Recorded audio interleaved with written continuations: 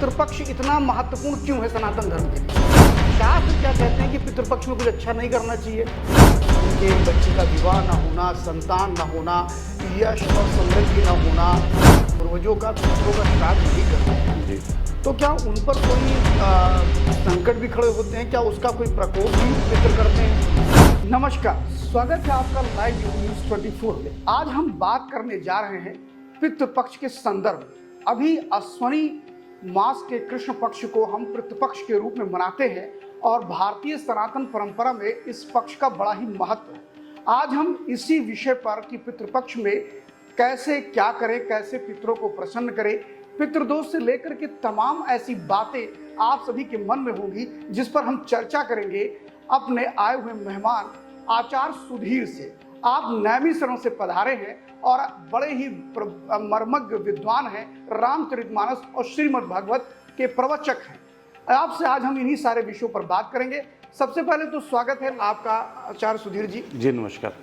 आचार्य जी, हमारे दर्शकों को ये बताइए कि इस बार पितृपक्ष किस तारीख से लेकर के किस तारीख तक होगा, और दूसरी चीज़ में जो हमारे दर्शक हैं वो अपने जीवन को सुधारने के लिए अपने पितरों के निमित्त किन किन सावधानियों को बरतें और क्या करें जिससे उनका जीवन सफल हो और उनकी सारी समस्याओं का निदान हो। इस बार 18 सितंबर से पितृपक्ष प्रारंभ हो रहा है।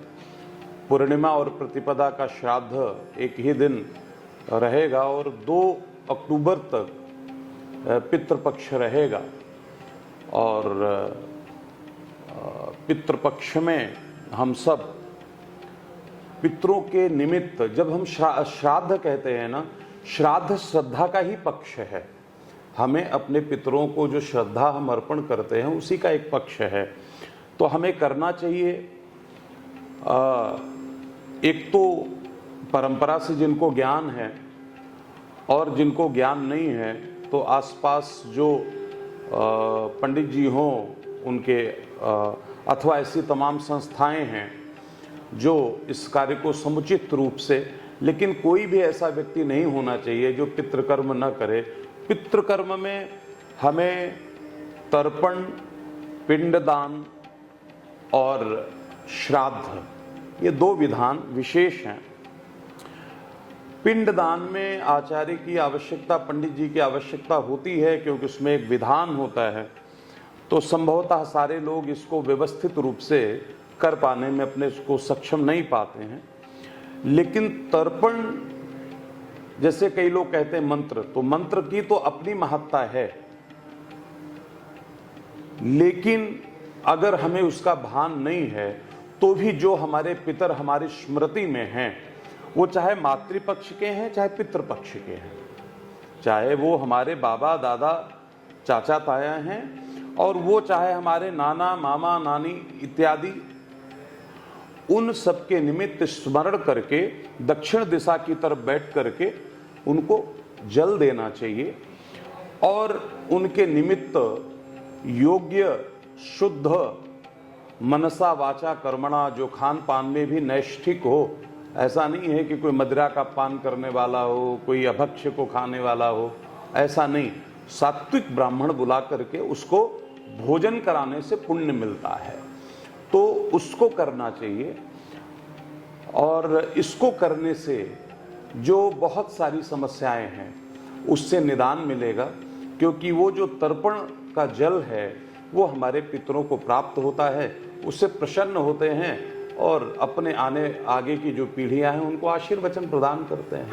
अच्छा गुरुजी, एक सबसे बड़ी विडंबना यह है कि आजकल का जो लाइफ स्टाइल है, लोगों का जीवन जीने का कल्चर है, प्राइवेट जॉब कर रहे हैं, कॉर्पोरेट कल्चर में है, तो सरकारी जॉब में जो है वो तो चलो कर लेते हैं, लेकिन जो उनकी जीवन में भागा दौड़ है, तो क्या उसका भी कोई शॉर्टकट तरीका आपके पास है कि वो मान लीजिए तर्पण नहीं कर पा रहे हैं, कुछ नहीं कर पा रहे हैं, तो क्या ऐसा कुछ रोज कर दे जो सबसे आसान हो? देखिए, मैं एक बात मानता हूं कि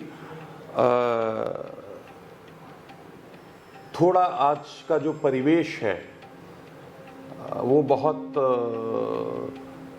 हाईटेक हो गया है। ध्यान की तरफ मन कम है, धन की तरफ अधिक है। तो लोग अपने जो अपने नित्य नैमित्तिक कर्म हैं उनको छोड़ते जा रहे हैं अब हम तर्पण की बात करें, जिसको स्नान करने का समय नहीं है वो तर्पण कैसे करेगा। लेकिन अगर करना चाहे, मैं इस बात को मैं कहता हूं, अगर करना चाहे तो जहां है वहां उसको जल तो है ना। जी बिल्कुल। तो अगर जहां पे है उसको जल है, थाली प्लेट तो कहीं मिल जाएगी, नहीं है तो कोई जलाशय है, आप जाकर के तर्पण कर सकते हैं। तो प्रयास तो ये करना चाहिए कि जो जहां पर है वहां ही उसको करे।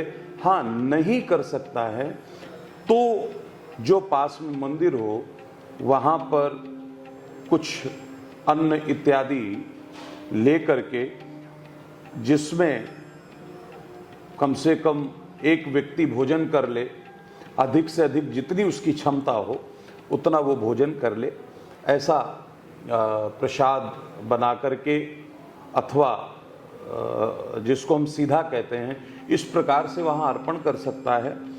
और अपने पितरों को हाथ जोड़ करके पितृदेव नमस्तुभ्यम, पितृदेव नमस्तुभ्यम, पितृदेव नमस्तुभ्यम, ऐसा वो अगर स्मरण करेगा तो इससे उसका कल्याण सुनिश्चित हो जाता है। हमारे कहने का तात्पर्य यह है कि उससे बचने का प्रयास नहीं करना चाहिए। बहुत मजबूरी है तो उसके लिए विकल्प है। अच्छा, क्या ऐसा भी है कि जो लोग अपने माँ बाप का श्राद्ध नहीं करते हैं या अपने पूर्वजों का, पितरों का श्राद्ध नहीं करते हैं जी, तो क्या उन पर कोई संकट भी खड़े होते हैं? क्या उसका कोई प्रकोप भी पितर करते हैं? देखिए, मैं तो इतनी सी बात कहता हूँ, ये सब शास्त्र की मर्यादा के अनुरूप है। एक बात आप समझ लीजिएगा, जो शास्त्र की मर्यादा नहीं मानता है तो ये मेरी बात है उसके लिए है ही नहीं। जो पिता को पिता नहीं माने तो पिता के लिए क्या करना चाहिए, ये तो उपदेश बेकार है उसके लिए। तो मैं ये बात कहना चाहता हूँ कि जो पिता के लिए, माता के लिए जो नियम बनाए गए हैं उन नियम को तो करना ही चाहिए। और जो पुत्र, अब आप संसारिकता में देख लीजिए, मैं आध्यात्मिकता की बात तो बाद में करूंगा। आज एक कानून आ गया कि जो पुत्र पिता की सेवा नहीं करेगा वो उसको बेदखल कर सकता है, नहीं करेगा तो सरकार उससे छीन लेगी और पिता को वापस कर देगी। ये संसार की बात है। तो आप इस बात से, ये बात अपने आप जस्टिफाई हो रही है कि जो आपके पुत्र के निमित्त कर्म हैं वो आप नहीं करोगे तो निश्चित रूप से उनके कोप का भाजन होना पड़ेगा। और पितरों के कोप का जब भाजन आप होंगे तो कुंडली में स्थितियां कैसी भी अच्छी बनती रहें, वो दोष लगेगा। तो आपको जो पत्री के अनुसार या बहुत नैमित्तिक पूजन के फल आपको मिलने चाहिए उसमें विलंब होगा अथवा तो मिलेंगे नहीं। संतान में बाधा आएगी, संतान में कोई दोष हो जाएगा, मिसकैरेजेस, हम जानते हैं तमाम प्रकार की वो समस्याएं ऐसी उत्पन्न होती हैं क्योंकि हमारे अंदर जिनका रक्त संबंध है ना, उस रक्त संबंध की जो पीड़ा है वो उसको प्रभावित करती है।